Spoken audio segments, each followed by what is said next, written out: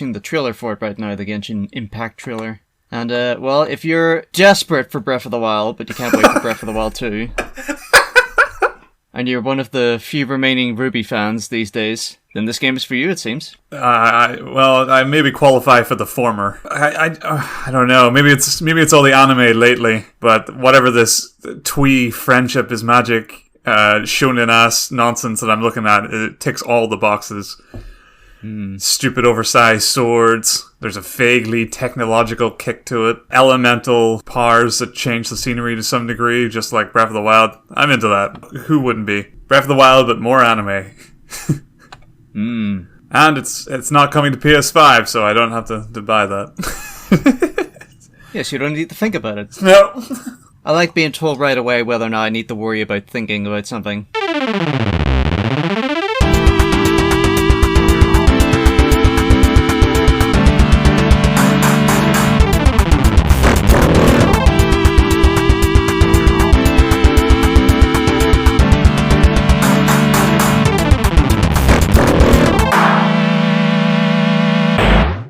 So I suppose we're just going to dive right into the news. You have no follow-up? I do have follow-up, actually. Which I wrote at the time of editing the last episode. This is us back from a week break. And all this time I've held on to this one note, which was an answer to your comment about speedrunners saving animal friends in Super Metroid. Oh, yes. So I actually looked up who these animal friends may be afterwards. Dear fucking God, I'm a fucking monster. How could I forget these creatures? It's like, what animal friends? Oh yeah, the ones that teach you all your innate powers. This only confirms what I've suspected about you for a long time. It certainly reflects badly when I couldn't even think of what the hell you were fucking talking about. Suddenly all those conversations we had in your cups where you talked about how people are only tools to be used and thrown away when they're no longer useful to you. Suddenly it all makes sense now. I have my own follow-up for this week. It should be fairly short. In fact, it's only two things. One is the games Celeste, the majority of Deltarune, Axiom Verge, and Carrion are games that you can add to the list of indie darlings that take place majorly in a series of caves. Oh. Of course. The list grows larger and more powerful with every passing day. Well, Celeste only starts in a cave. Oh, you're scaling a mountain. There's a lot of caves involved. Yeah, I guess. My other piece of follow-up was, I mentioned, I'm not sure if it was last episode or the episode prior, but with SMT3 Nocturne being re-released, yes, sadly, they couldn't get DANTE in. Well, guess what, baby? That's right. He's back, featuring DANTE from the Devil May Cry series. I was just trying to get to that. I want to see that sticker on the box. They need to lean into this meme. I want it on, like if you directly download this from the Nintendo eShop, I want it on your, home menu. There's not even that much space, but they have to cram in featuring DANTE from the Devil May Cry series. The exact JPEG. Yeah, of course. Man, if they upscale it, that's going to be deeply disappointing. It needs to be preserved, and it's 2004 quality. I don't know when that came out. Somewhere in that ballpark. Yeah, that's good. Also, this sort of jumping ahead to the news slightly. I'm going to dip my toe in and dip it right the fuck back out. But the state of play that we'll talk about, they confirmed for Crash Bandicoot 4 that there is no microtransactions. So, yes, we can... Press X to doubt. Yeah, we could certainly be suspicious. They have not had a great track record, but when they go out of their way to say it in the middle of the trailer, that's starting to seem like they're desperate to backpedal to such a degree that they might even consider not falling back on that secret microtransaction plan they have lined up. They're in a room backstage whilst the trailers are playing, and they've got a little meter going up and down showing audience approval levels. Yeah. And they've got their finger over the add microtransactions button. It's going up, up. Oh no, don't hit the button. We can't do it, we won't get away with it. In the trailer, they showcased 4 playable characters. You got Crash and Coco, that seems perfectly reasonable. They've got Cortex, and they've got Dingo Dial of all characters. Interesting choice. He's my favorite of the bunch, He's really. He's a great character. But that's almost like the perfect character you would choose to get money from fans for a small set of levels and a tiny bit of campaign that now I feel like they've urgently pressed into the main release. He's a strange choice gameplay-wise, because I'm sure he's a bit of a divergence from the rest of them. Significantly, I would hope. Because he's got a flamethrower, that's his primary weapon, isn't it? Apparently, he doesn't have the flamethrower in his gameplay for some reason. He hung that up in some story beat that wasn't made clear. He opened a diner explodes. Oh, I haven't seen the trailer, but please tell me, Lee, is it called Dingo Diner? I don't know. It should be. It could be, more pathetically, Dingo Dial's Diner. It has to be Dingo Dine, or Dingo Diner. Yeah, I think it's referencing something, like a billboard in Crash 3. I seem to recall something like that. Like in the motorbike levels.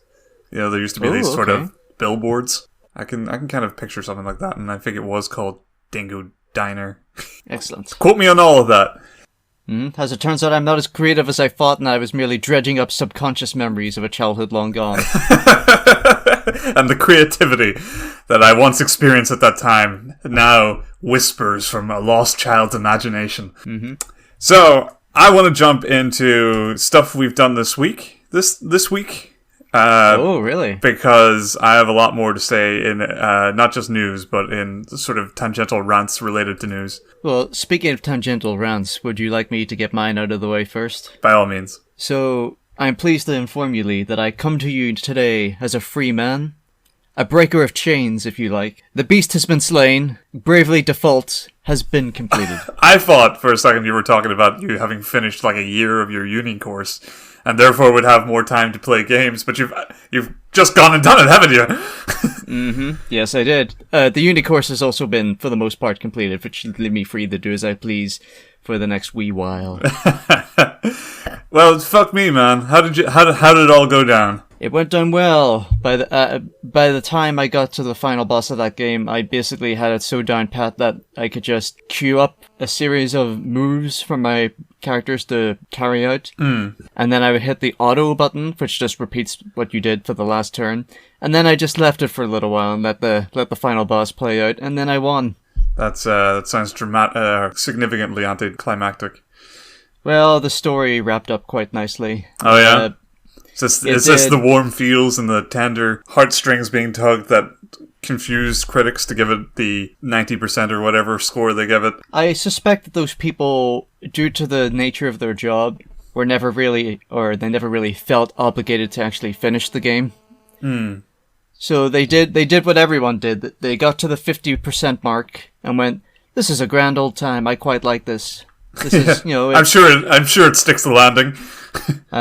And then 40% of the game goes by. It's just the pacing dies, just stops dead. You're forced to fight the same 16 bosses 7 times in a row, or something like that. You do all the side quests and whatnot, and then you get to the final boss, and then you beat him, assuming that you did all of the prerequisite grinding, because boy, does this game expect you to grind. And then you experience the last % of story, and you're like, oh, I remember what this felt like. Story progression. Yeah. This is nice. Not just your heroes walking into stuff they know rightly that they should avoid. And funnily enough, I thought this was amusing when it happened. Once the credits pass, because this is a relatively recent version of this game that I own, the post-credits sting is, believe it or not, a sequel hook. Oh wow! For Bravely Second. And I'm quite frustrated by this because it shows a game vastly more interesting than the one I just finished. No, don't buy into it. No, I'm not going to, for God's sake. I've got too many. I've learned my lesson. There's so many RPGs out there, even if you were to pick one. My God, go back to this well. I mean, I'm sure they've learned their lessons. I hope so. I've learned to do my due diligence before investing in these things, my time and my money. All I know is that the few friends I've had who have played Octopath Traveler have not been too kindly to its story beats. That's because it's gotten experimental with its 8 characters and whatnot.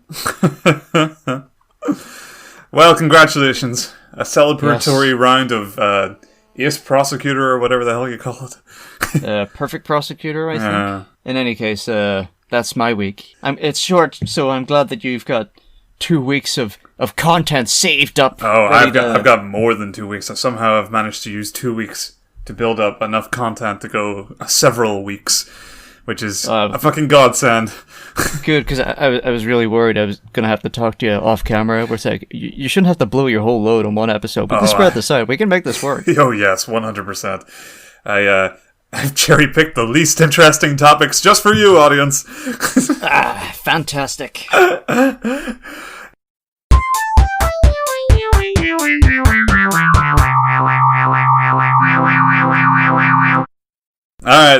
let's talk first about Dark Souls. Let's do Dark Souls. Alright. Because I had to write it down because I did so much shit.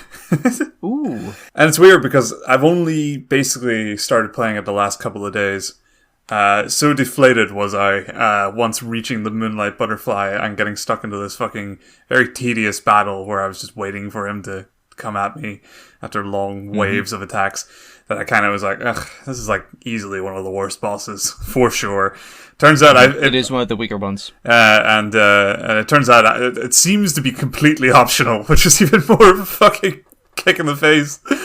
But I don't begrudge it because I have since beat another more interesting boss and have washed it clean. So I beat Moonlight Butterfly. It was fine. I hope you got the ember. I did, thank fuck. And I handed that to the blacksmith. And he can do nothing for me with it at the moment, but I'll figure that out as we go along. So after sort of doing the Moonlight Butterfly, he was kind of at the end of the path I had been following. So it was time to kind of backtrack a little. Turned out today, just before recording, that I had missed what was the far more obvious and more relevant to my level area, which was to finish the rest of the Undead Parish. When you brought up that you were going through Darkroot Basin after getting to the parish, I do recall a few episodes ago trying to gently usher you. Yeah. Have you tried the attic? You said something like, "Give me a shout when you do that attic." And I was like, "Yeah, I'll get around to it." I didn't do that attic until about 2 hours ago. So it's fresh. Yeah. What I did instead was I went sort of back on myself. I did a whole big old backtrack right through Undeadburg, right to the Firelink Shrine, because I decided I'm at a strong enough place now that I want to fuck with the skeletons who fucked with me the first time I played this.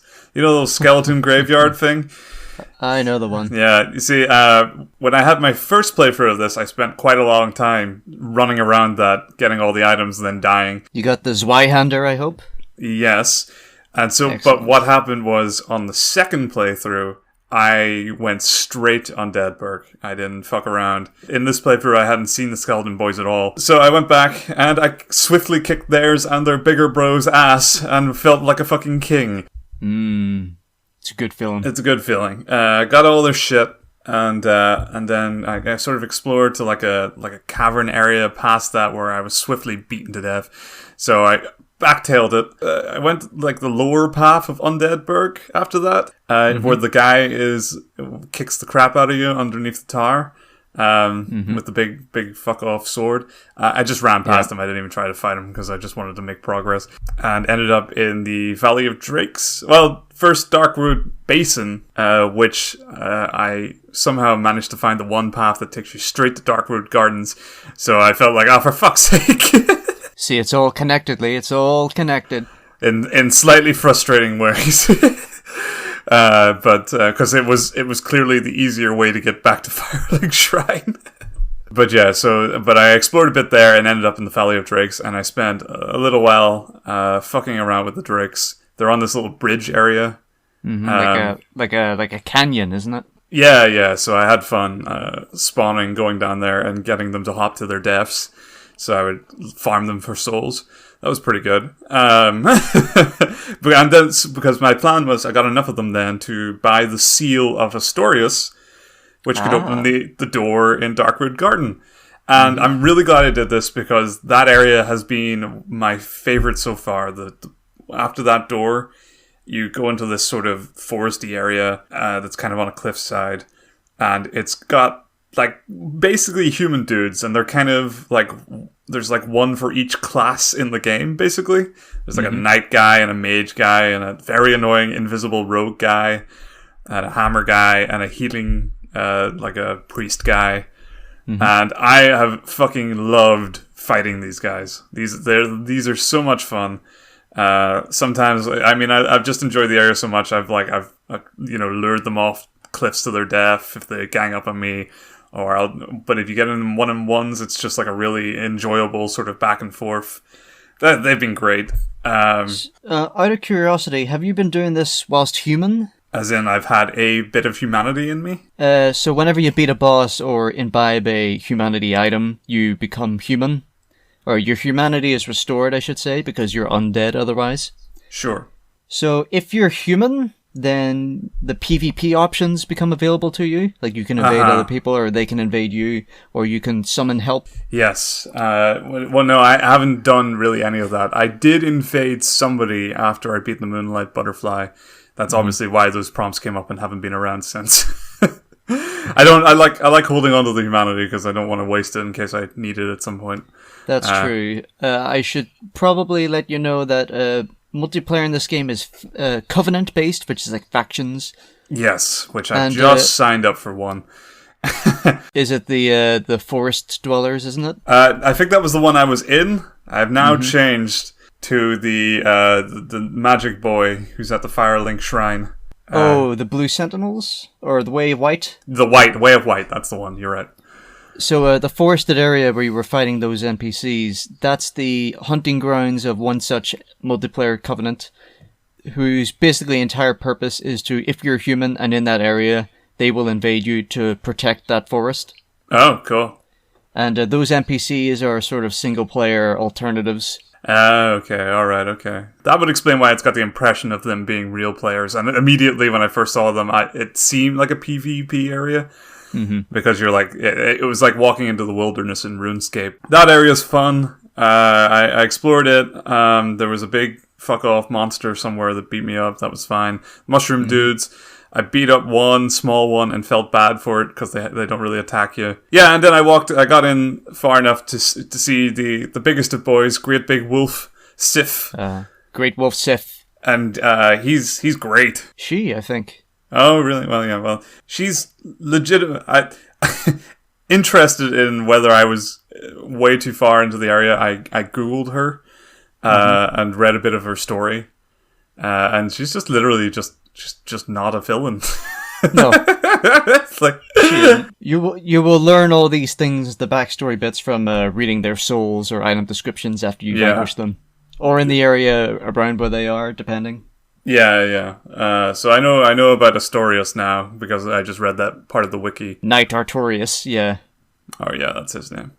I never said I know their names well. I just know the characters by their general spelling. See, this is where I enter the quandary of Lee's pronouncing it wrong, but I don't want to be like an asshole about it. So no, you really should for the posterity of the listeners who will also be thinking the exact same thing. Like, that's not the name. It's not Great Big Wolf Sif, and it's not a guy.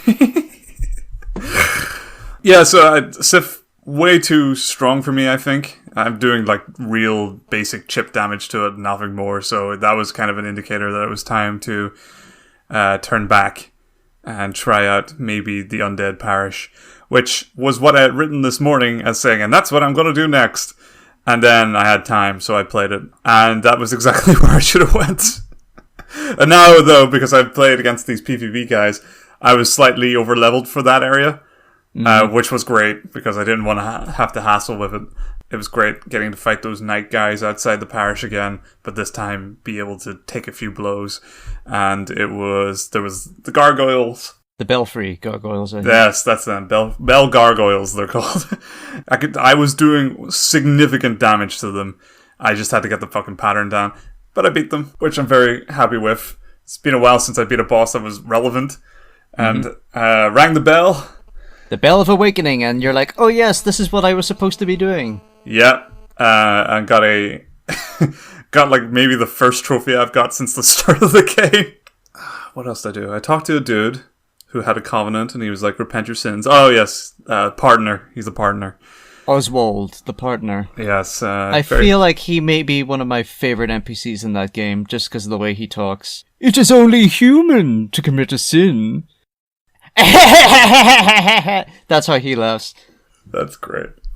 Yeah, but he's quite good. He's quite a good laugh. I don't remember getting anything from him. Then I, for the first time, took a little carriage in the parish, which took me right back to Firelink Shrine, which was even more annoying. The shortcuts, god damn them. I love the shortcuts in that game. I love them, but they're like, I walked right through this area and took the longest way around possible because I was too much of a card in case that fucking took me down to an area where I'd have to fight my way through something. It turns out it was the handiest fucking shortcut in the game. And you go in it and you go down and you see, you're like, oh, I'm in Firelink, and then your brain goes, and you're like, oh yeah. It all connects. It all meshes. It was very, very satisfying after the rage subsided at my own stupidity and at my own cowardice. So yeah, there's a jolly fat guy there. Oh, Petrick or something like that? Something like that. That sounds right. Yeah, he's the way, or the way of white. Yeah, he's that dude. Everyone just calls him Haircut. Very good. Yeah, I bought some healing magic off him. Probably can't use it.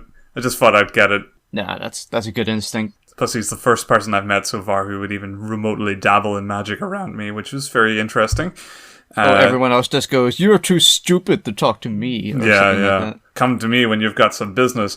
And then we met a third guy as I walked through the shrine, and I said, I'm going to take the path down this time to where I assume leads to Blighttown, but it first led to, like, Ghost Town. Oh, yeah. That town. It's looking like a ghost town. Yeah. But on the way there was another new guy who was like an orange armor just crouching in the corner. Oh, Lautrec? Yeah, that's him. He's just a surly boy. I love Lautrec. He's cool too. His armor's great. Yeah, it really stands out. So I went down to the ghost place. There was a very, very handy message that said try curse.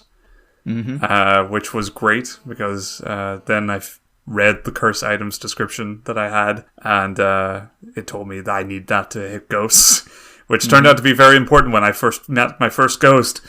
Yeah, you didn't have to learn the hard way. Uh-oh. Yeah. I'm in trouble. And it turns out they're not only these ghosts, but ghosts that kind of fucking stretch their arms to uncanny lengths into, like, scythes. That shit was great. I love seeing these great, like, when the design of the enemies gets real fucking weird. Oh, yeah. It's like a Souls-like, or a Soulsborne trope of later in the game of looking at something and going, what the fuck is that? What the fuck is that? What amalgamation of limbs is this? There's one enemy in Bloodborne, like 2/3 of the way through, that I think might be my favorite enemy design in all games ever, because I looked at it from a distance and I was like, I don't know what that is. What is that?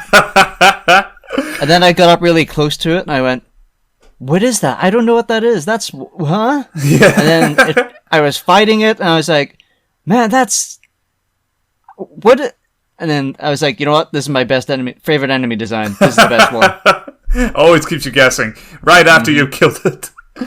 Yeah, there was something in Dartroot Basin that I could see in the distance was an amalgamation, a shape. Oh, yeah. And yeah, I am not interested right now. You just see a kaiju off in the distance through the mist, and you're like, that's not my problem. Yeah, 100%. I have been fighting a centaur dude and a butterfly up to now. I don't think I'm ready for whatever the fuck that thing is. But yeah, I went through Ghost Town for a while and went through some white mist and was besieged on all sides by ghosts that eventually killed me. Which was good. That was fine. I'll go back to Firelink and I'll start again. But that's a pretty good, solid cutoff point for like... what was only 2 sessions of Dark Souls, it felt like I got more done. Yeah, that's a breakneck pace. And I think it's a good sign, because there are moments now that I'm like, man, I really fucking enjoyed that. Which I was, while there are points where I'm enjoying the progress of the game, At other times I'm like, but am I really like enjoying it? Like I'm trying to reach a point basically where I can tell myself, when is it going to click that I want to play this again?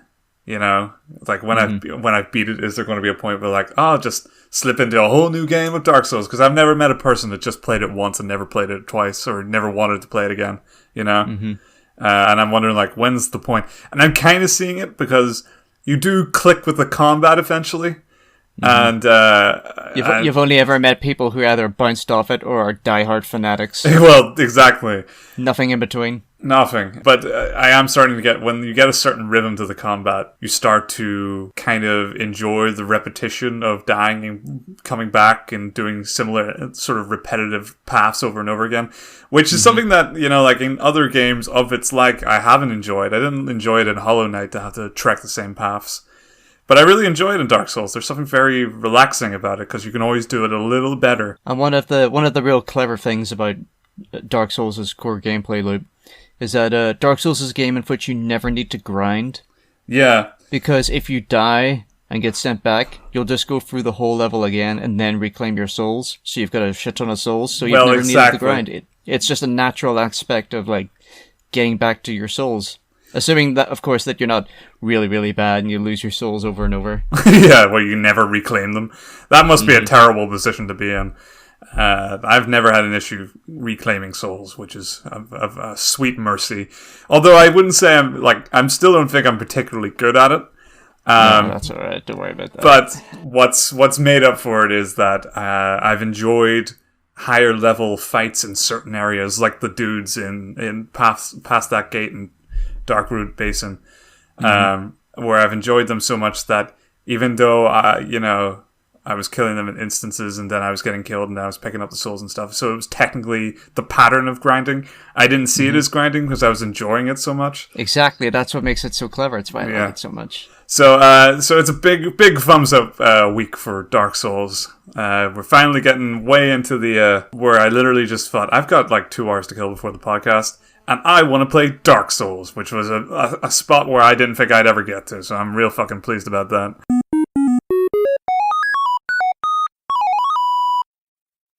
Alright, the other game I played this week, it's a short one, mercifully. I've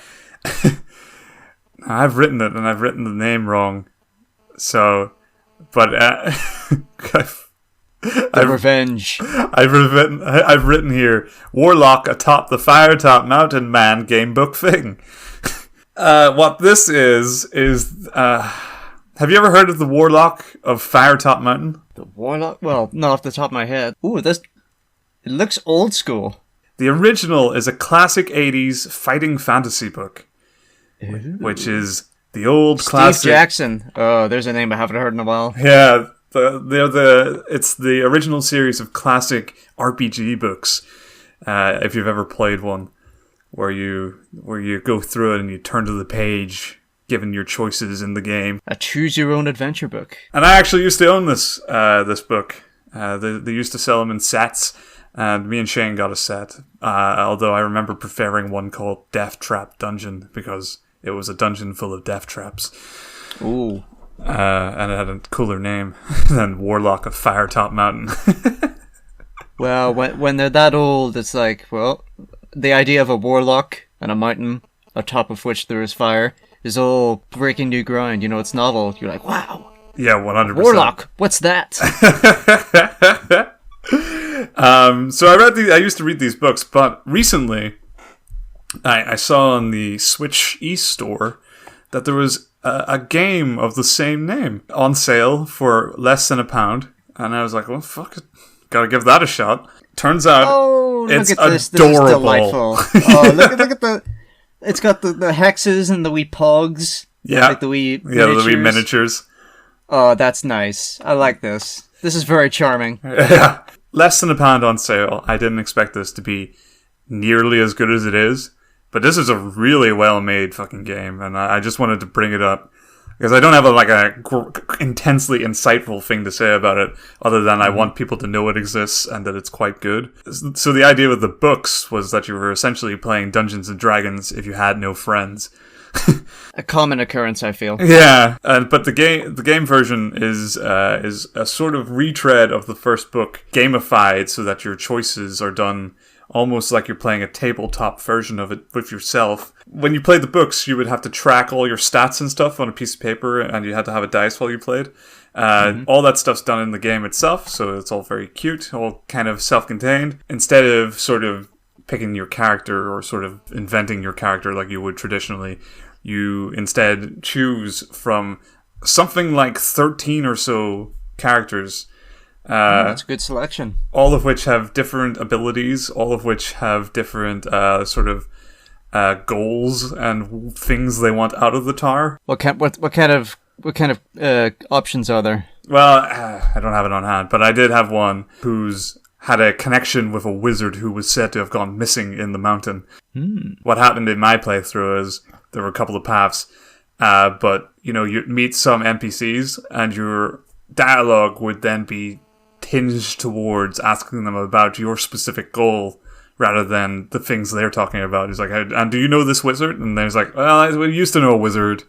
He's kind of up and to the left. If you follow the path to the left and keep going straight, you'll reach his cell. He's in there somewhere. Whereas there was a whole fucking subsection of the thing that went in totally different directions that I was hinted at by my character to ignore because my goal was that way, but I could have chosen to go that way anyway.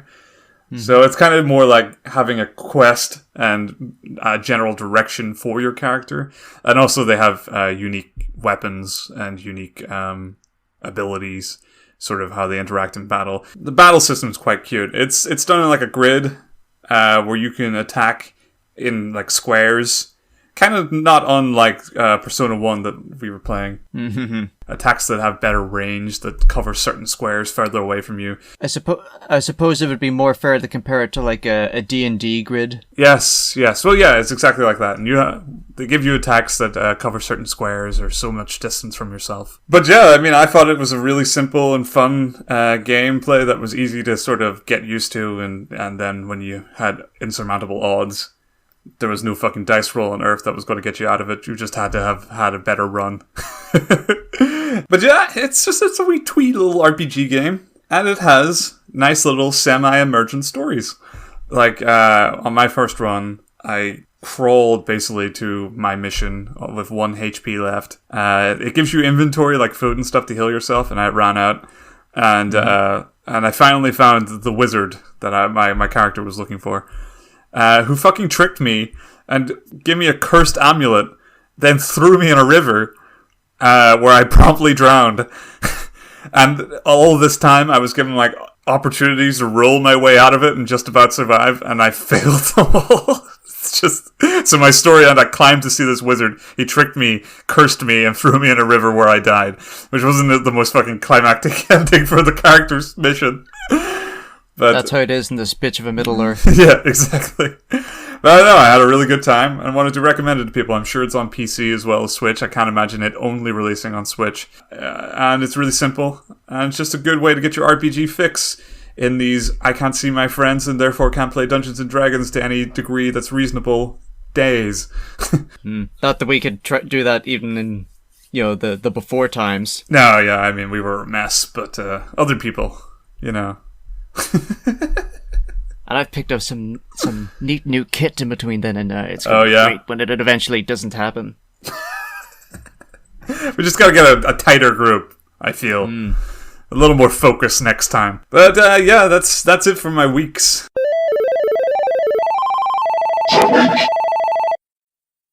Anyway, let's talk about some news. The news.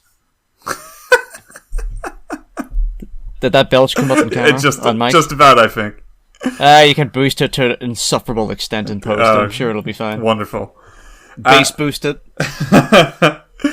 Alright, so there was a state of play about 2 weeks ago, which we didn't cover because we were off. But I wanted to talk about a few of the games, just because, I'm about to go on a long PlayStation tinted rant very shortly, so I want to get the good stuff out, I guess. Alrighty. So we got to see some Crash Bandicoot 4. I think we already talked about that. So I'm going to keep all that in. One thing that was quite harrowing was Hitman 3. I haven't heard anybody talk about this, really, but Hitman 3 is getting VR, and they introduce it to you by showing you from the perspective of the Hitman, him, like, lengthening out the garrote. Mm-hmm. This is more than a step up for this fucking game series. You know, like, there has to be an easing in of the... from sneaking around goofy adventures of Agent 47 and his wacky day to straight up watching the life drain from someone as you hold tight the rope around their neck. I'm watching the footage of it now. Okay. Oh, he spied somebody. Oh, they're all alone. Yeah. Oh, this is borderline pornographic. It really is. Oh, here he comes. Oh, he's tightening up. My dick is raw. What a tease! What a tease! Well, they want you to get the full pornographic experience of murdering someone in real time.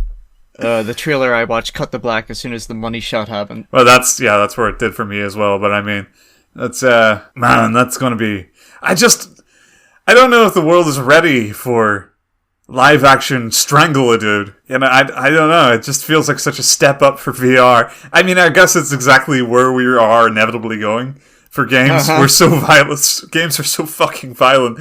But I mean, I've really enjoyed the Hitman series, and never once did I think I would have to, at any point, wrap the garrote around the neck myself. You know? Oh, you don't relish the idea? I can't. More for comic value, the horror of it really has enticed me, because there's not. I just, like, personally, the disconnect between me and Agent 47, I think, is part of the charm of the series. To put you think that's a healthy partition? Yeah, I never really thought of it as such, but apparently it's been driven home all of a sudden via this trailer, because the moment I watched this guy violently murder someone in first person, it's been the first time I've been shocked by video game violence in quite a while. I think it's real.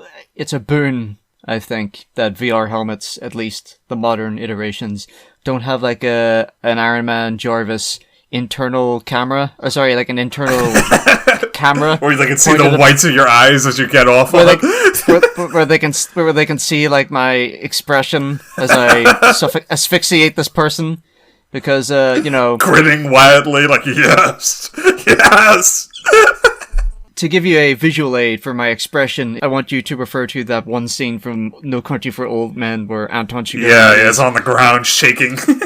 Yes, that is the visual aid, that will be the inspiration.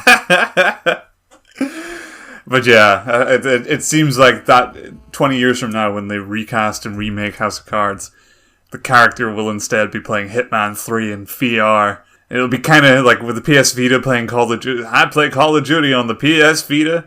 That that will seem like even more cartoonishly lame next to the way too on the nose, I play Hitman 3 and I garrote people in my spare time. Maybe it was that endorsement was the one that really killed the PS Vita.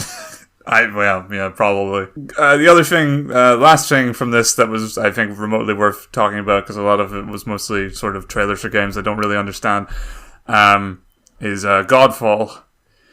This time, sans blasting urban rap music. This is my Beavis and Butthead. Yeah, exactly. I mean... Look, it looks like God of War meets Borderlands, which means it looks like Darksiders. Mm-hmm. And I've played, I think, 2 of 3 of the Darksiders. There's 4 now, isn't there? But I've not been able to get on with this series, and I'm not really fussed on Borderlands either, so I ain't got nothing for it. I suppose there's the Control expansion. There's a new Control out. Didn't I hear this is like tying into Alan Wake as well? Yeah, it is. That must be exciting for people who have any idea what's going on in those series. The fun thing about the Control universe is that it can basically include all of the previous Remedy games in it. Yeah. Because Control is basically a AAA SCP Foundation game, essentially. Did you ever watch Warhouse 13? No, but I feel we've had this conversation. Yeah, I think the extent of the conversation that I had with you regarding this was You haven't read anything from the SCP Foundation? How have you done this? You? Me? Yeah.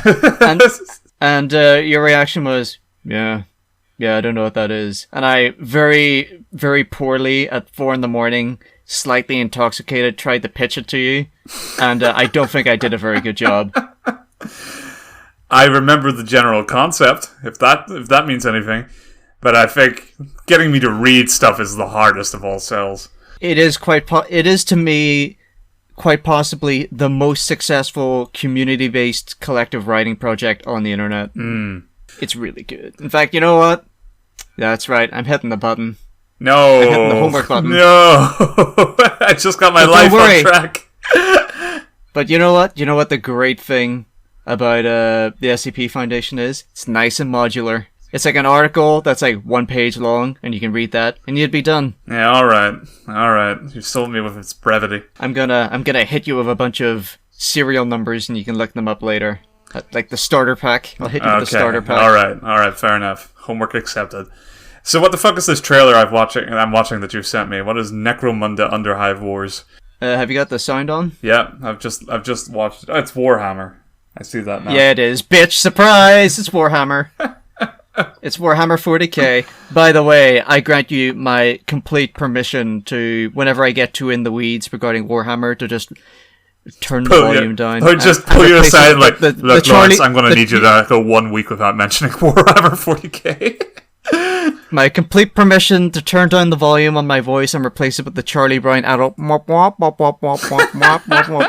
Alright, so, I mean, what is it, though? It kind of looks, it reminds me of Warframe a little. Like, what the fuck am I looking at? It is a adaptation of the board game Necromunda Underhive Wars, which is basically... Okay, so Lee, in the Warhammer 40k universe, right? They've got these things called hive worlds, which are basically massive arcologies where all the people live. And they're all, like, incredibly cyberpunk and terrible to live. And they're all cramped together. It's like China hopped up to 11.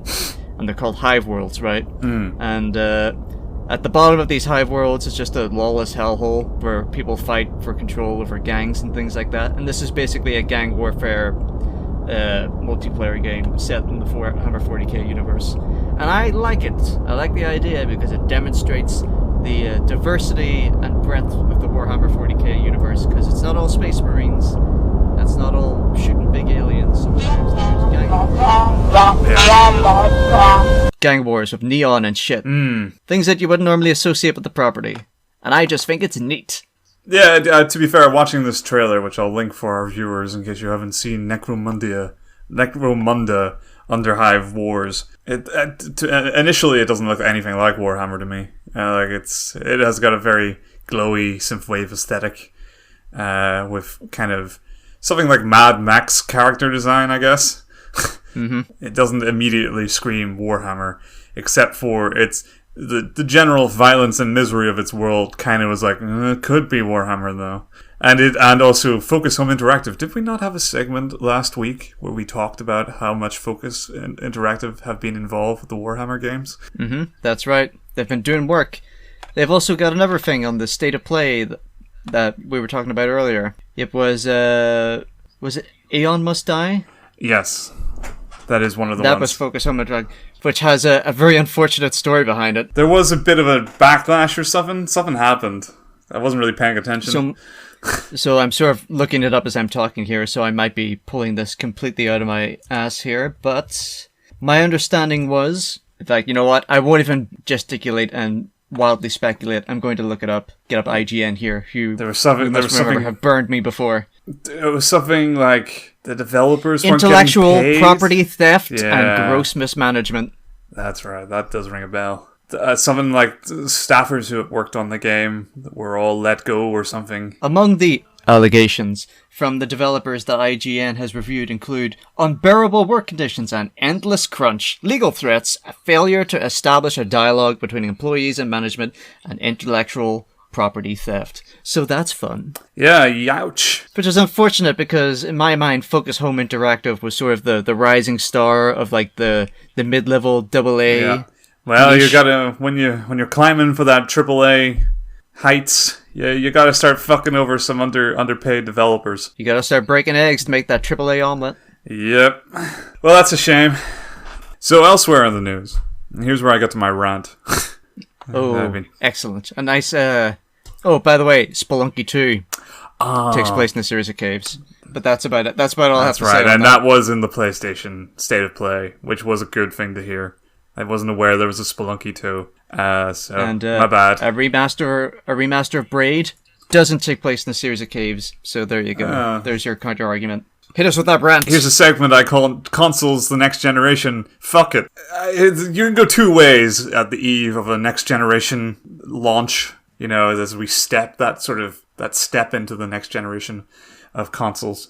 And that is to pick a dog for the race and back it and go nuts and be super hype and excited. Or if you've been to one too many, you can be jilted and tired and absolutely fucking exhausted. And a news story came in about 2 weeks ago that kicked that into full perspective for me, which was the PlayStation 5 and its fucking controllers. No backwards compatibility between controllers, it seems. No, there is backwards compatibility, as in... Oh, but it's only for very select games, isn't that right? Yeah, PS4 games. They allow you to play PS4 controllers, but not on PS5 games, which will be the games on the PlayStation 5.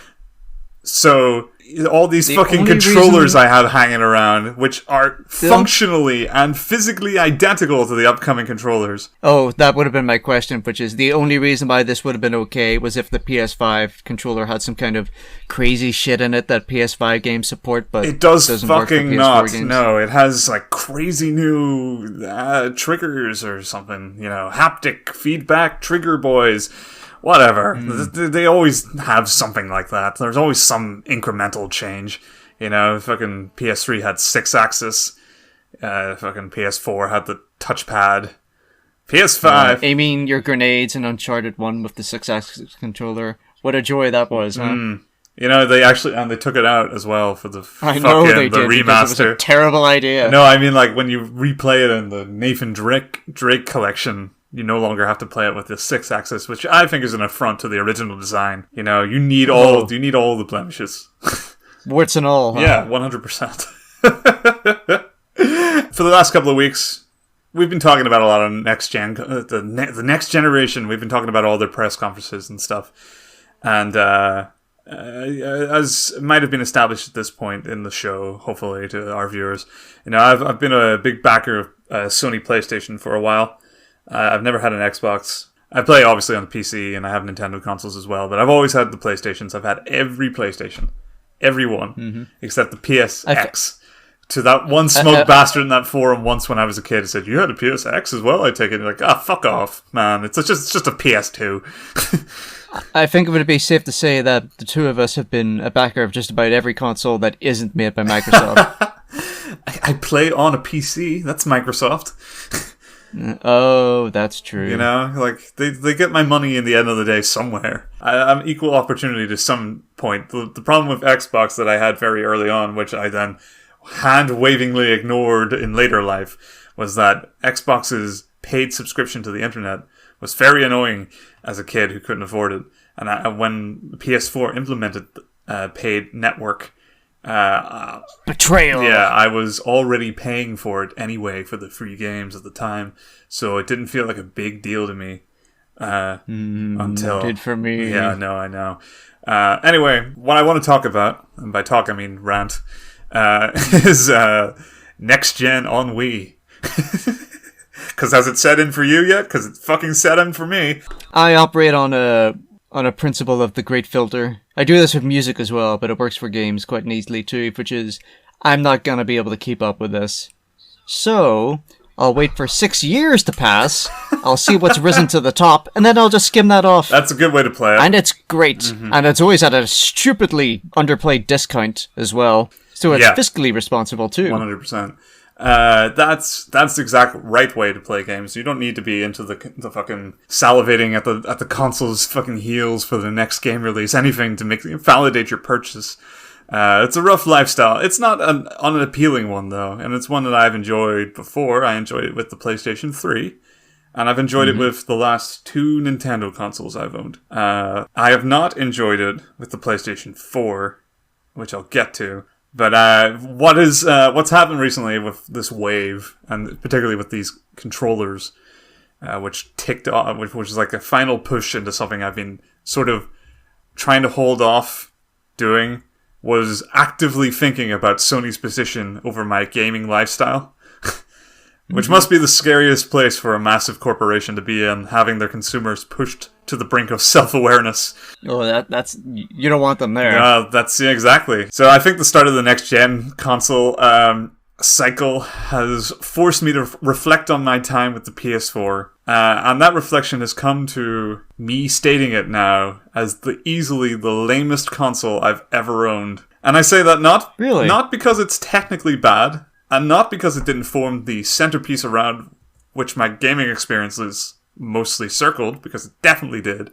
I say it because it never once lived up to its potential. And now that we are at the end of its life cycle, essentially all but a year or two away, I know for a fact that despite giving Sony the benefit on the doubt on this one, I was absolutely fucking duped with the PS4. So a lot of people maybe A, were too young or too uninvested in the last next gen cycle when we were moving up to PS4 and Xbox One.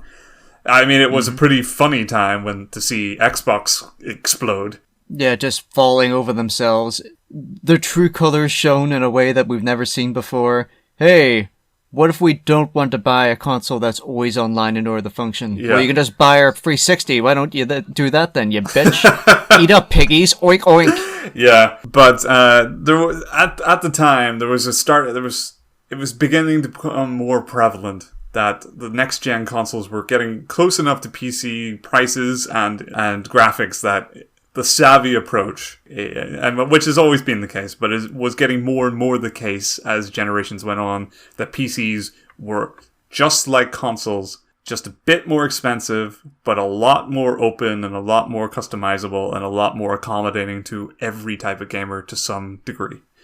And especially in the last 10 years, there's been a big push to PC gaming accessibility, which was really starting to kick off around the time when people were moving from the PlayStation 3 and 360 up to PS4 and Xbox One. There was a solid contingent of people who were making a decent argument that PC gaming was a valid option that was no longer just like for real intense nerds. Yeah. There was a genuine argument to be had, because now the consoles were getting real incremental, and also due to Xbox and to a degree PlayStation forcing certain new restrictions on things that didn't exist in the PC frame, it was becoming even more consumer unfriendly to own a console and be a part of that ecosystem.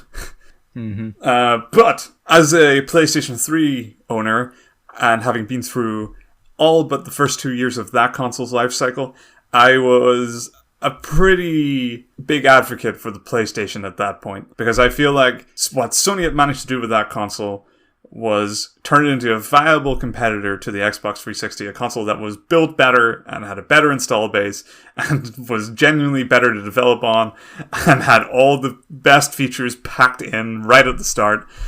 It was just a really good console to own that generation. But I got the PS3 because I didn't want to pay for internet. And Same. That was pretty much all it came down to. And I had actively thought I wasn't going to get a PS3 at the time. I got a Wii originally, which wasn't competitive as a console. And was as the start of Nintendo being weird outliers in console gaming. So, but by the end of the PS3's life cycle, that console had basically all but eclipsed the Xbox 360, both in its features, in its exclusive games, and essentially all the things it give you without asking more from you. So I was like, fucking Sony pulled it back, you know? They really fucking treated their consumers well. They had a real open console.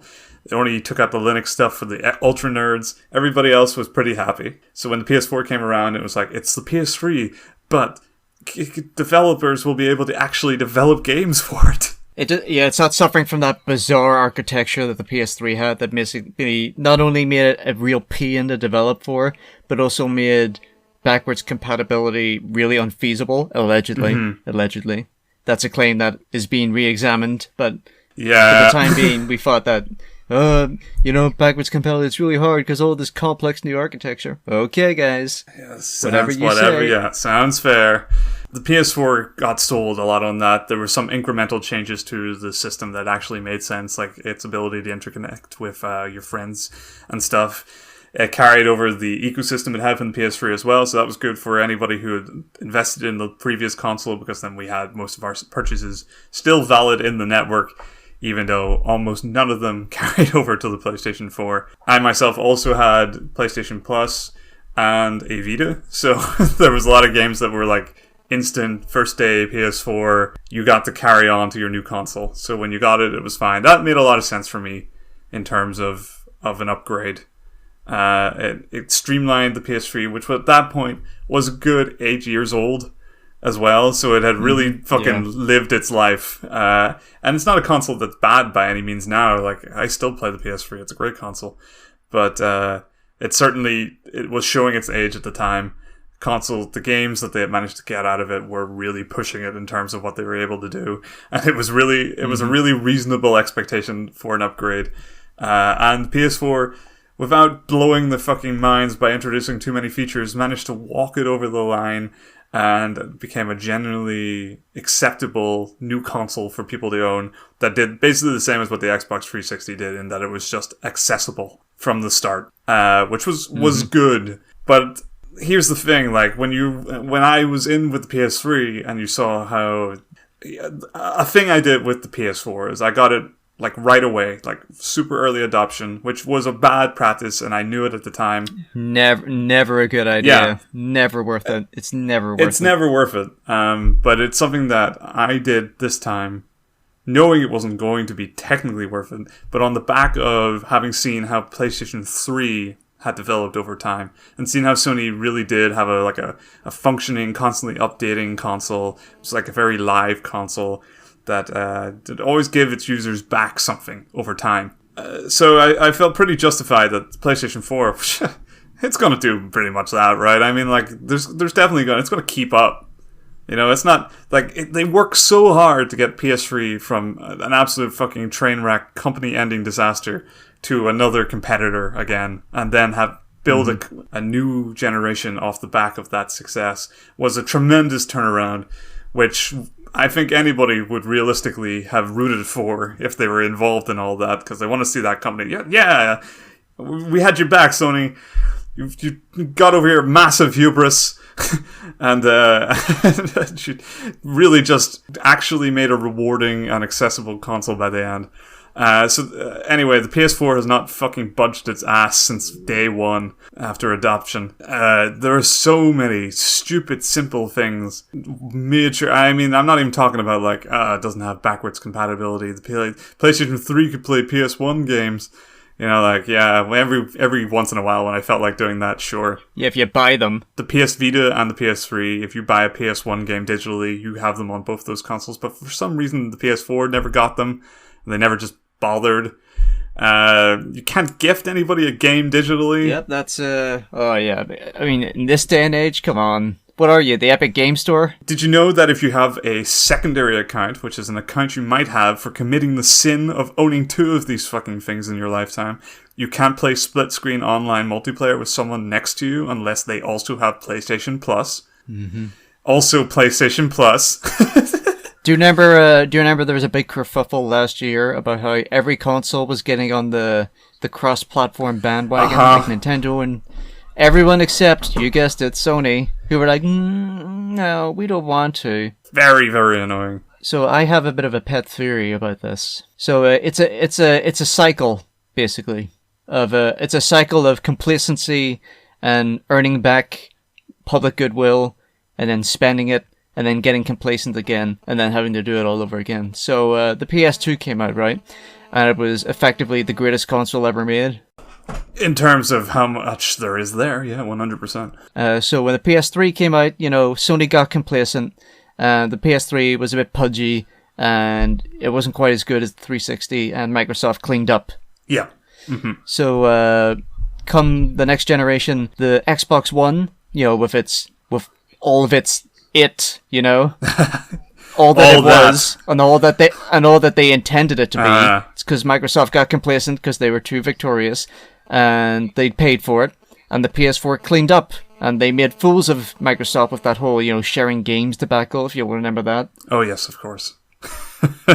So, what's happened is, over the course of this generation, you have seen that Microsoft has been clawing that goodwill back by going, here's backwards compatibility, here's crossplay across platforms, here's a service where yada yada yada, and we're supporting the indies, doing all things that I suspect that were they as successful and were we to buy what they were selling from the very get-go, they wouldn't have done. Yeah. Because why would they? They're Microsoft, bitch. Take what you get. And now we're seeing Sony did very well this generation, so we might be seeing the onset of, yet again, they get complacent. They shit the bed because they think that they're on top, and then they have to claw back that customer goodwill again. 100%. It's like leapfrog. Exactly, and I think your theory is completely fucking correct. I think having only moving when pushed to move seems to be the modus operandi of that, rather than consolidating victory constantly with incremental changes over time to keep your console current and feature rich. If anything, it demonstrates the importance of competition, if nothing else. Well, very true, but now the competition is reaching a point where it's kind of leveling out, and the Xbox... All they need to do now is do what every other company in America does and agree with one another to not compete with one another so they can just screw over their own personal little fiefdom. But I guess with consoles, that's not quite as easy as it is with, say, telecommunications networks. Anyway, with the PlayStation 4, the other thing that really pissed me off, which has become a fresh new wound, was that despite having multiple PS3 controllers, they couldn't work with the PS4 despite having functionally the same features for the majority of games. The vast majority of games don't use the touchpad. They just use a select and start, which you can assign to the touchpad. There's no reason why these couldn't be used for the vast majority of games. In which case, I would have a lot more options for fucking local multiplayer, which for me is a big deal with consoles. Like, that's a huge thing. Especially with fighting games. Exactly. Fighting games, party games. I love fucking local multiplayer. It's a massive thing. Indie games have done really well keeping local multiplayer alive. And Nintendo as well. And Nintendo especially the Wii U of all consoles, which is one big deal for why it's not the most disappointing console I've ever owned. Because it was my fucking, and still is, like the local party machine. I can get up to 8 controllers on that monstrosity, and we're all playing fucking Nintendo Land. Is just Nintendo Land. That's the one. So shocking that the sort of proof of concept early release title game actually manages to have legs. Yeah, it's like Wii Sports, but with more like actual multiplayer content. 100%. It's like Wii Sports if it was a real game. Yeah. So anyway, this generation, I think, legitimately the only PS4 exclusive, which, like, PS3 had piles and piles of exclusives that were really good. I mean, it led the gate with Metal Gear Solid 4, maybe one of the most console-envious games of its time. And one of the worst games to buy with your console if you're not already part of that franchise. 100%, but as a big fan at the time, it was the fucking greatest purchase. But it also had, like, really good original IP that generation, like Uncharted and Infamous and Little Big Planet and Naruto Ultimate Ninja Storm, of course. And Killzone. Kill everyone's favorite, Killzone. Yeah, well, Killzone was PS2, but it thrived in the PS3 era. And who could forget Motorstorm? Anyway, this generation, I think legitimately the only PS4 exclusive I couldn't live without, or couldn't want to live without, is Persona 5. Bloodborne. Yeah, that's a fair one for you, but that'll come to PC eventually. Persona 5 might never come to anything, ever. I guess if Horizon Zero Dawn can make it to PC, Bloodborne can as well, but for the time being, it just seems like wishful thinking. Yeah, maybe. I feel like, for the most part, every franchise that was good on the PS3 did the Xbox 360 thing of getting more sequels that were worse on the PS4. I mean, people will say Uncharted 4 is a really good game, but it's not better than Uncharted 2, it's just good. And and whatever else there was. I mean, Horizon's it's a perfectly fine game, but I could live without it. Tomb Raider, the Tomb Raider games. That was Microsoft, wasn't it? Timed exclusives. There was. Oh yes, those. Yeah, What else was there? Spider-Man. I mean, yeah, I could live without that. It was fun. It's not a big deal. But yeah, I mean, all that kind of builds to why I think the PlayStation 4 has just been a very disappointing console. It shows how Sony's complacency has gotten to a point where it just feels like a console that had everything going for it and had all the room to grow. And now it's to even have Microsoft back in the conversation, etching people back to them, like, well, sure, they're not really paying anything more. They might be cancelling gold subscriptions, and now you can just get the Game Pass, which is legitimately great value. Yeah, I definitely think that we could have gone another 5 years of PS4, and it wouldn't have been an issue whatsoever. Yeah, 100%. But also, like, they haven't announced anything cool or consumer-focused for the PS5. That's been a real kick. Because, I mean, they're teasing backwards compatibility, and I'm like, fucking come on. Just delay your fucking console and get the full list out or something. Like, why? Like, well, it'll only be for the top 100 games. That's exhausting. I imagine for a lot of the, by now we would have been seeing the killer apps and the exclusives. Yeah. But I feel like COVID might have kicked that back a couple of months. Yeah, so kick your fucking console back until it's good enough. I fucked it up. I should have made up some stupid... One minute. Give me a minute. Go ahead. I'll think of something. The imminent planetary impact. There we go. That's pretty good. The news of the imminent planetary impact that has made it, and the martial law that ensued that has confined us all to our homes has delayed game production, so they might not have the killer apps that they need in order to really sling their new console. That's about right. Yeah, but I mean, fucking delay it then. Just fucking delay it. You haven't been able to list one reasonable feature. But all on top of that, what squarely, directly pisses me off is this fucking controller thing.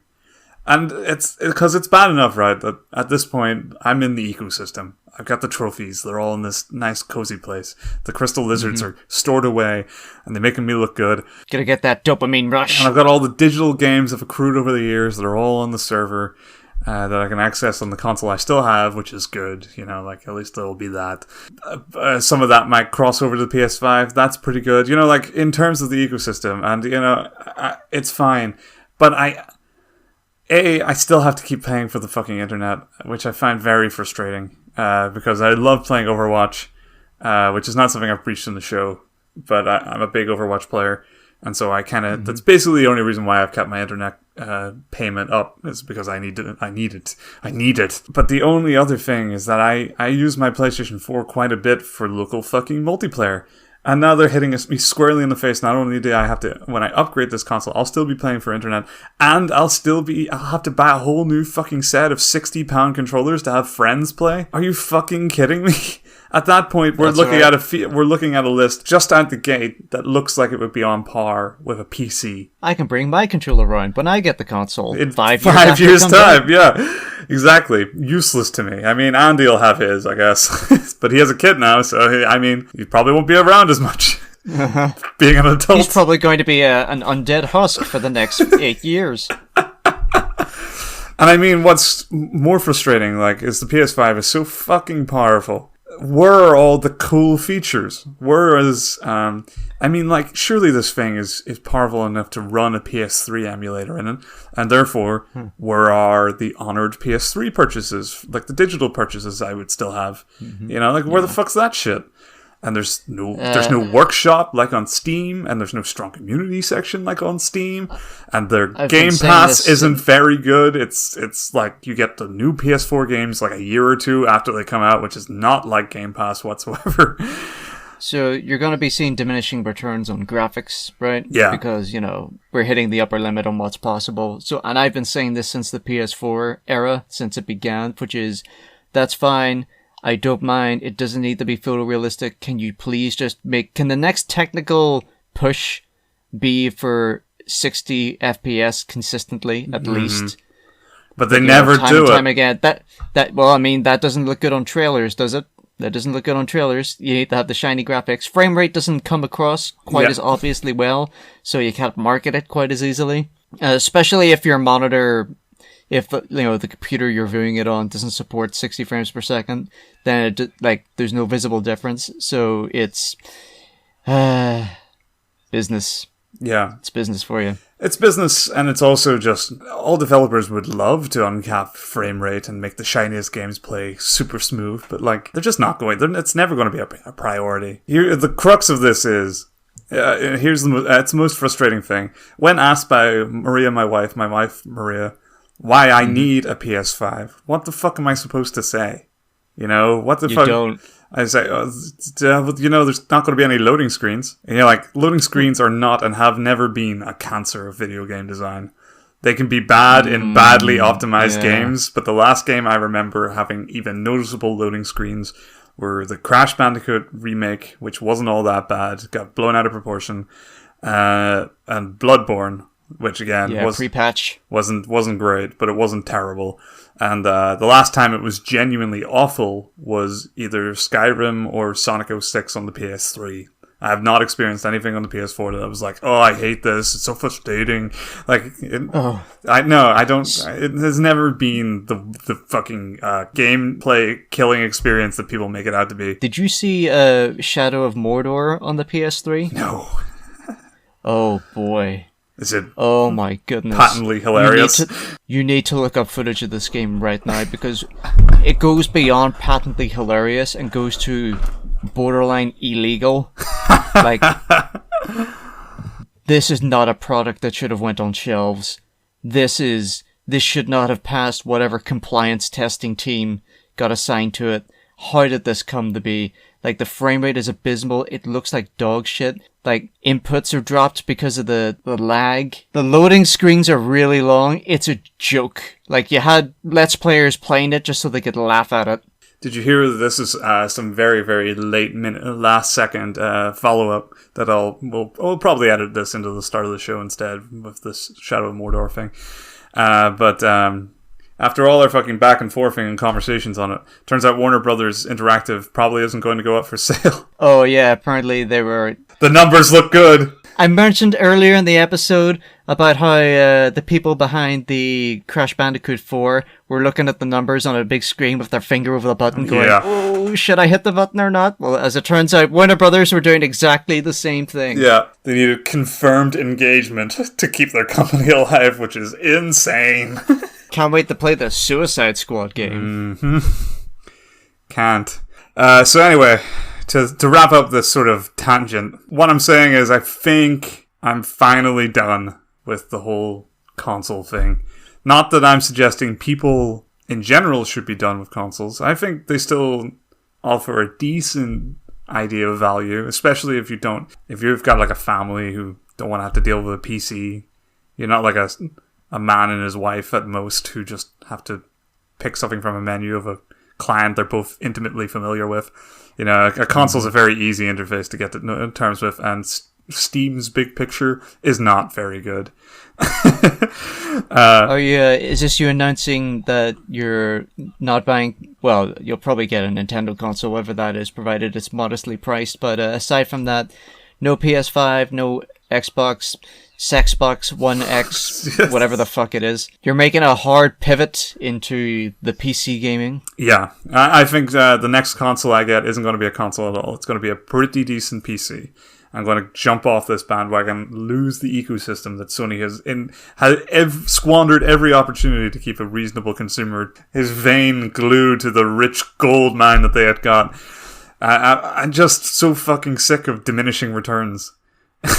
And I had been making plans in a similar direction myself. You know, once I, move into my new accommodations, whenever the fuck that pays off. I had plans to get a nice juicy gaming PC that I'm gonna build myself. I'm like, at the beginning of the Hollywood movie where they had to get the retired cop and he's off in the woods, just like. Hitting, like, I'm retired now. I'm a fisherman now. Yeah. I just hitting blocks of wood with fish, apparently. Yeah. No, just, I'm gonna settle down and build a nice gaming PC and just keep to myself, That's what I'm gonna do. Maybe get a VR headset. That sounds nice. That's definitely nice on the cards. 100%. Yeah, I've deprived myself of that because I've genuinely appreciated Sony's straightforward consoles. But I think it's time to move on, They're becoming more and more PC-like anyway. I mean, the PS5, on the face of it, is just a a walled garden gaming PC, essentially. A PC with less control. I have always argued for consoles, and this is still true to a degree, that the accessibility of a console comes from knowing that the games that come out will run on it, you know? So I still think that's a major benefit for consumers. You put the disc in, it plays, you're playing the game, that's it. But the problem with that, of course, is that in addition to consoles becoming, you put the CD in, then you wait about 5 hours for the actual game the to install, download. and then the update and the whatnot. PC gaming, aware of its own faults, where it used to be you would put the disc in, you would type in the anti-piracy code, you would install it wrong because you had the wrong graphics drivers or some shit, and you would have to go through this whole rigmarole.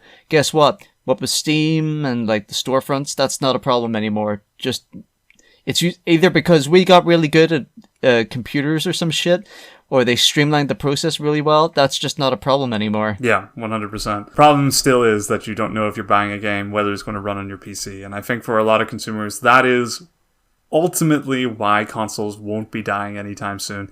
Lots of people love that conversation. It's a very simple one. You cannot pick up a PC game and know instantly whether your PC can run it. The consoles, you do know. So that, to me, is where the conversation will always die until consoles really blow it out of proportion. The amount of extra downloady bullshit they need every time they buy a game that will prompt gamers of the latter generations to just say, you know what, it can't be that much harder on PC. And the truth is, it isn't. It just hasn't been. It's still not technically streamlined, knowing your PC inside out and knowing what it can and can't run. People have not yet discovered in its full opulence, can I run it? Can you run it? That website where you checks out your PC specs and weighs it up to all the recent games. Yeah, I mean, I got The Witcher a while back, and on the laptop in which I bought it, I wasn't able to play it. This laptop that I have now, I might be able to play it, but that's The Witcher 1, by the way, not even Witcher 3. Yes, The Witcher 1. No, perish the thought. Unthinkable. Yeah, but anyway, so all this to say as well that this only has come about because the PS4 is the lamest console I've ever owned. And this comes from a man who owns the PlayStation Vita, the Wii U, and the Nintendo 2DS. Ugh.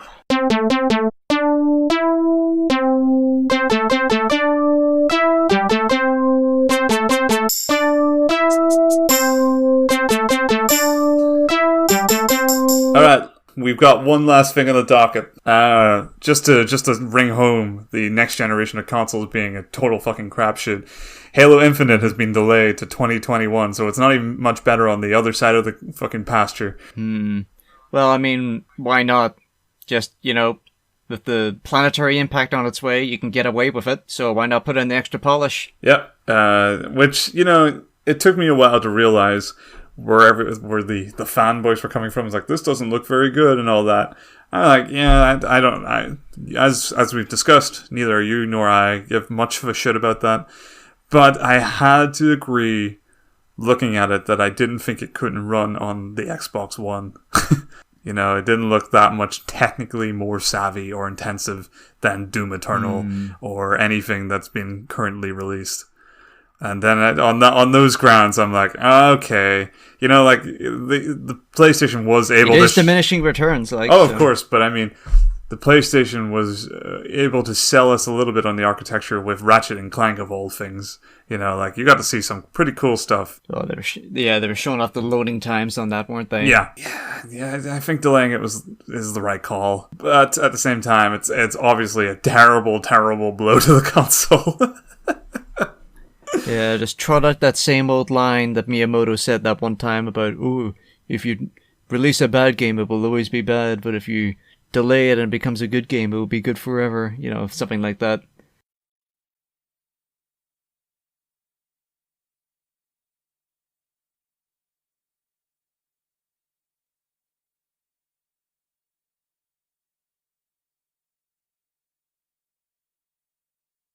So, have we reached the end of a podcast? Yeah, that's it.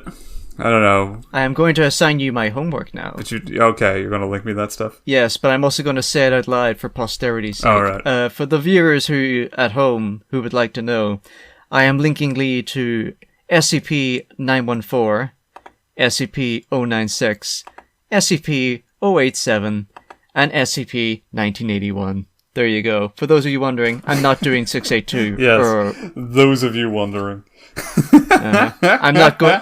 There's going to be quite a few of them. I'm not doing 176 or 682. We'll see how you feel in a week's time. Trying to think. We'll see if you've fallen down the rabbit hole. Trying to think of interesting content to round out the show. You know, I've been reading the current Sonic comics. Oh, yes. Apparently they're really, really good. They are really, really good. Have you got to Whisper the Wolf and Tangle and whoever the other they're one like is? introduced in like the 5th and 6th issue. And it is now about 30 odd issues in. Have you got to the Walking Dead plotline? Oh, hell yes, I did.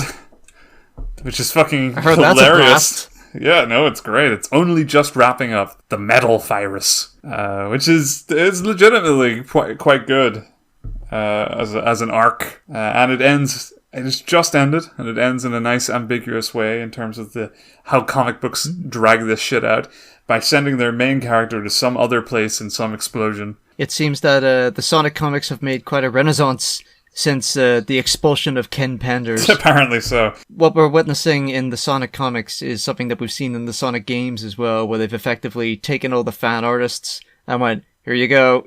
You know, we've accidentally cultivated an entire generation of you, so you can do this for us now. Yeah. Here you go. Exactly. What I've liked so far, most of all, aside from how they've really played up Sonic and Co.'s JoJo-esque potential for sweet poses, of course, which has got to be maybe its best element, because every panel looks spectacular in some degree. It's not often too messy, it's all very clean, and you get to see hilarious expressions all the time. What I've liked is that they've taken a good, whatever it is, we're approaching 30 years of Sonic now, and they've seemingly taken the best distillations of the characters that they could as a reset. So, you know, Sonic, he's a bit smug, he's a bit insufferable, but he's quippy, his heart's in the right place. They've basically made him Goku. Which has been good. Tails, who in the comics and early Sonic stuff was always a bit of a wet blanket and the annoying kid character, he's taken on his best form, which is somewhere between the Sonic Boom and late games take on Tails, where he's a quippy, sarcastic dick who's also the main character. I have always preferred Tails to Sonic. Tails is wonderful in this. Anytime he's in, you're like, all right, there's our guy. He's the heart and soul of what's going on around him. Even though, much like Pokemon, where the characters never seem to visibly age, their personalities have matured over time as though they were aging. Yeah, exactly. So Tails behaves as though he has been Sonic's sidekick for 10 years. Yeah, pretty much. And they've written that into this, where they basically say, well, Tails, you know, he was practically raised by Sonic from no age, so that's why he's kind of a cocky weirdo, but he's just also slightly more insecure. And they're like, okay, great. That actually kind of works. But yeah, no, I really like the characterization. They've known what to do with most of the characters. I think the best character to get some good change or sort of direction is Eggman. Okay. Robotnik has always been this kind of flexible character where you can be a little too comedic or a little too sinister, and there's not a really good balance. I think this is done really well. Just when he's a pure narcissist. He literally just buys his hype, and he's not actually all that good. He's a genius at thinking of terrifying things, and like the Metal Virus is a great example of something he did. But he was also like, he basically didn't test it. He just put it out there because he was like, I've cracked it. It's evil looking. I'm done. And he threw it out without doing it. And then when it became something he couldn't control, he was just like, well, you know, these things happen. Meanwhile, they've given him a perfect foil in a new character called Dr. Starline. It's like a duck looking thing. And that he's the guy who, like, he's a big Eggman fan. And he signs on as an apprentice, because he's really enjoyed the theatrics and the exploits of Eggman in the past. But as the show goes on, or the series goes on, and he sees how Eggman actually operates, he now sees that it was basically all surface level. His affection for him, that Eggman he's a brilliant ideas guy, but he has no work ethic, and he's way too into himself to the point where he is actively ruining his own plans by just not giving them enough attention and care. This character looks cool. Yeah, they make jokes in the comics about how over-designed he is, which is also a nice touch. But yeah, it's a great pairing. The series takes about 10 issues to really kick off, because the first arc with Metal Sonic isn't very deep or good, but it's a good ground setting for the Metal Virus one, which has shown these characters getting pushed somewhere more interesting, where we get to see Sonic become a insecure, paranoid, because he can't save everyone's lives in a Goku-esque way. And it tests his resolve in a way that legitimately hasn't been tested in any medium I've read before. And then all the other characters there's a lot of people just being like, you know what? I think trusting Sonic's judgment on these things might have been a terrible idea. It might be that this guy is a bit of an extremist, I guess. And we're starting to see sort of political factions split out. I think the worst part about it is it's decided to start directly after Sonic Forces. So it had to shake a lot of the baggage of Sonic Forces. It has to trim the original sin off. Yeah, exactly. So it almost happens immediately after that game wraps up. It does provide them with a means of, and they've done something here which I would not have thought feasible, 5 or 6 years ago, which is they have introduced a bunch of new, unique Sonic characters, and everyone just seems to like them. Yeah. Which is unthinkable. Yeah, I mean, Tangle's is a great character. Whisper's pretty good. Tangle and Whisper. Everyone seems to love them. Yeah. And remember, it was only 8 years ago where people were like, enough of these fucking characters, Jesus. It shows, I think, that they actually like these characters, these writers, and I'm very excited to keep it. It's going to be the first comic series, maybe ever, that I'm going to try and keep up with. I have caught up, and I think the new issue's out this month, and so that's a little caveat to the episode. Like, hey, check out the Sonic IDW comics. They're surprisingly good quality, and they do a lot of reparations for the awfulness that was Sonic Forces. They give you hope for Sonic as a medium for character writing. Impossible.